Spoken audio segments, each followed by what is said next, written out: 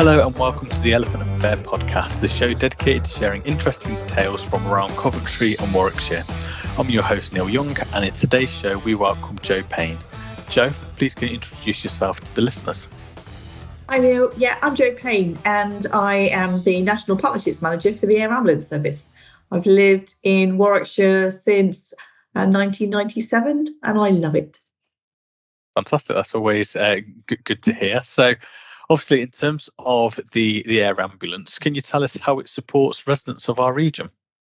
Yeah, so locally we have the helicopter based at Coventry Airport, and we provide a HEM service, which is Helicopter Emergency Medical Services. So basically, we will respond on behalf of the ambulance services in our region to 999 calls that they triage and dispatch us to.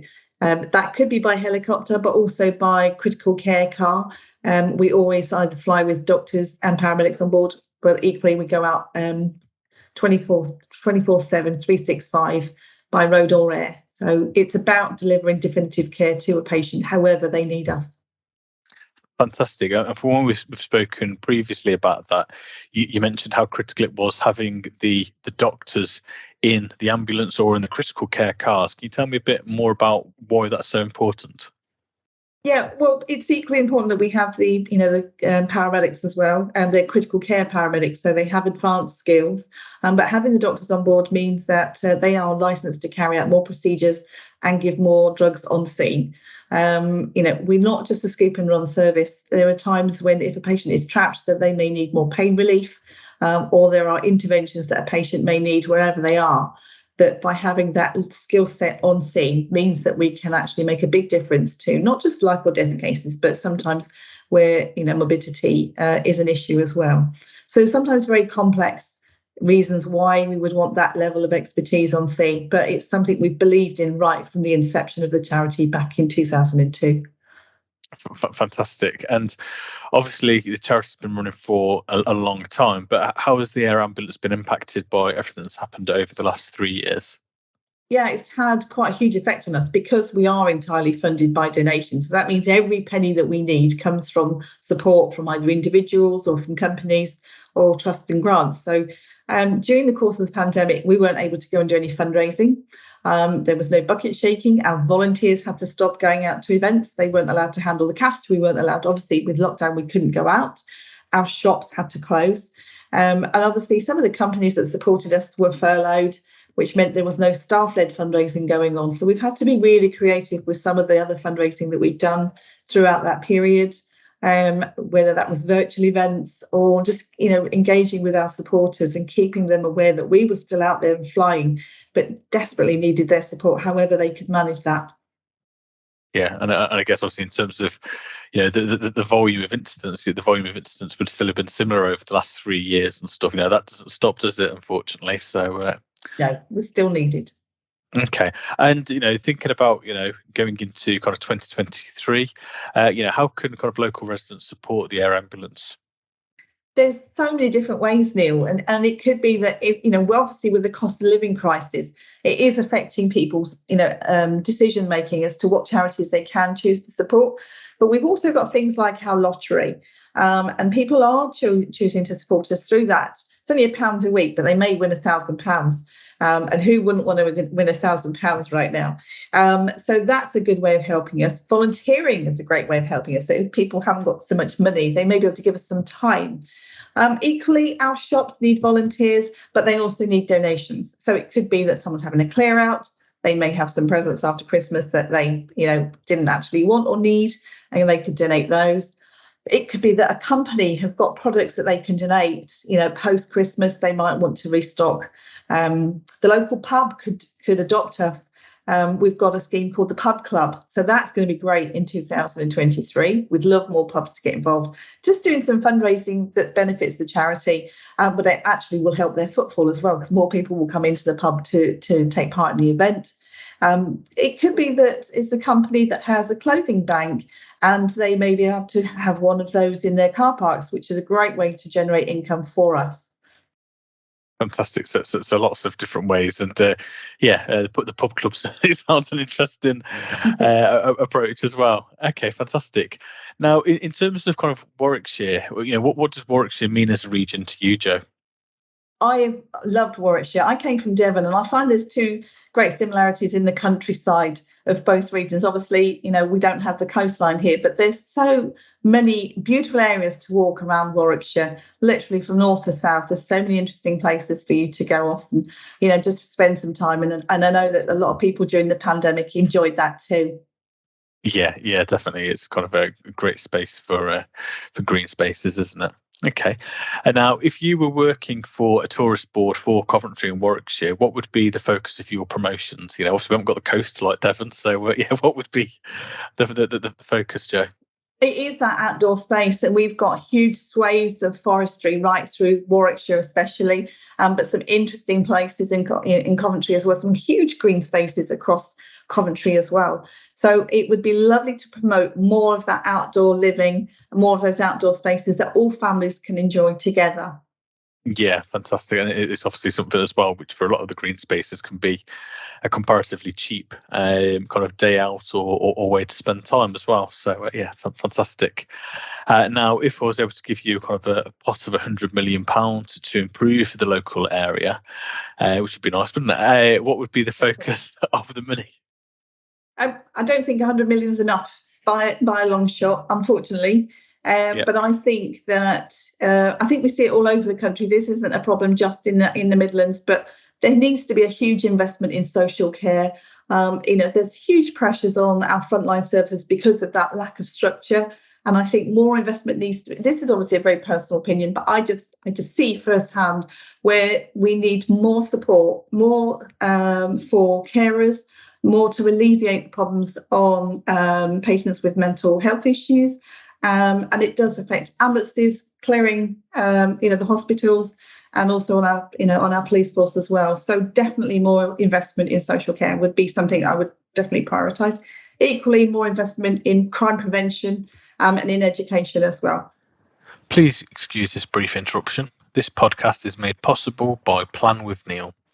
Plan with Neil is an independent financial advisor from Coventry, helping people improve their financial well-being by supporting them with retirement planning, life insurance, and much more. Please check out the website planwithneil.com and book a free discovery session today. Now, back to the podcast. Yeah, and I think I read kind of a statistic years ago, and it was talking about, the things you can do in place to prevent things happening, whether it's crime prevention or kind of social care, so there's less of a kind of burden on the NHS. The time you spend on it will save you kind of 21 times the amount of time and resources later on in terms of trying to fix something, in terms of like I say, emergency care and the costs of that, and as well as crime and jails and prisons and courts and all of these different things. Yeah. So definitely agree that getting money in at that place, will be 100 million, wouldn't be enough to come touch the surface with something like that. Is key for how society should be heading. But okay. In terms of people that you associate with Coventry and Warwickshire, is there one particular person that you associate with the area? There's a couple of really strong candidates, and I would be hard pushed to divide between the two. But personally, I know Kerry Blakeman, who's the former Chief Inspector, and I would say he is definitely Mr. Coventry. He's very, very pro the community. He's done a lot of work to promote positive policing right across the world, actually. But he is very, very proud Midlander. And I've got a lot of time for Kerry and a lot of respect for him. But equally, I have to say, for the girls, a lady called Sandra Garlick. She's a phenomenal businesswoman, and she's been helping promote women in business for a very long time. And anyone that would like to meet her just needs to look up Woman Who, and she's an absolute tour de force. Yeah, the Women Who awards seem to get kind of bigger and bigger each year, don't they? So fantastic. Okay, in terms of favourite places in the region, any particular favourite places? Well, there are quite a few. As I mentioned earlier on about the woodlands around Coventry and Warwickshire, especially. If you look up on the Heart of England network, there's loads of different forests that you can visit. Off the grid slightly, I love the area around Stoneleigh Abbey as well. It's beautiful for walks.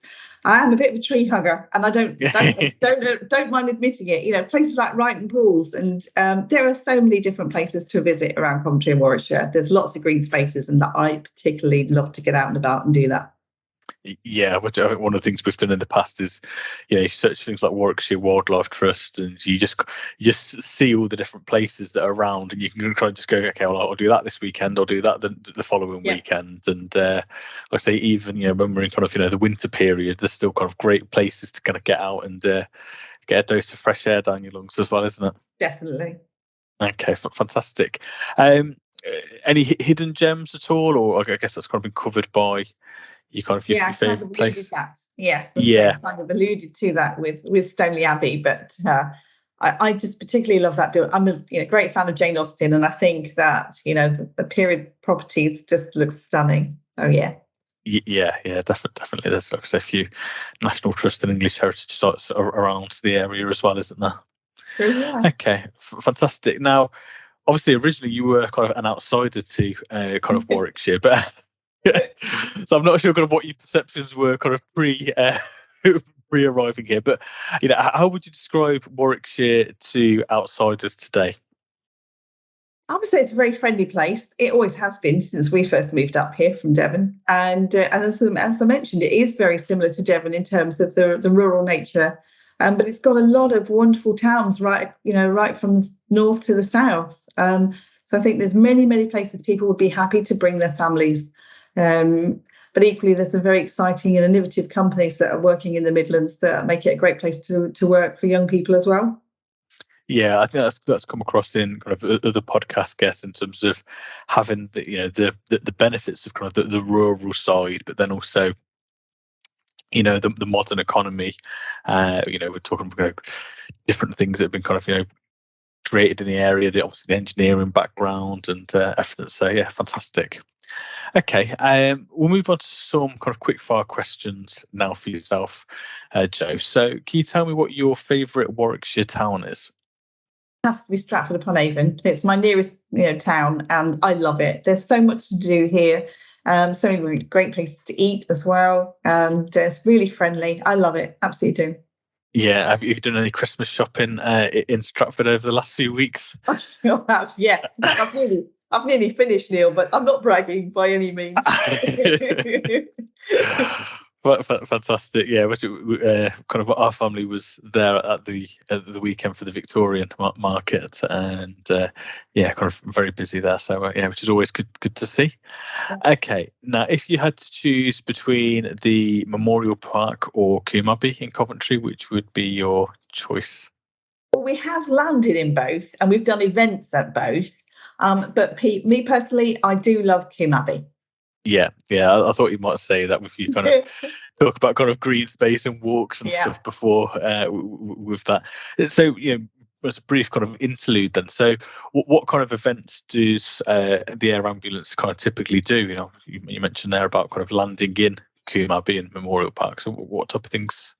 Yeah, well, we've joined in with some of the larger events. The both venues have held themselves. We've also done some of our own events. And in 2023, we will be doing some open days as well. So we will be looking for some big venues like that.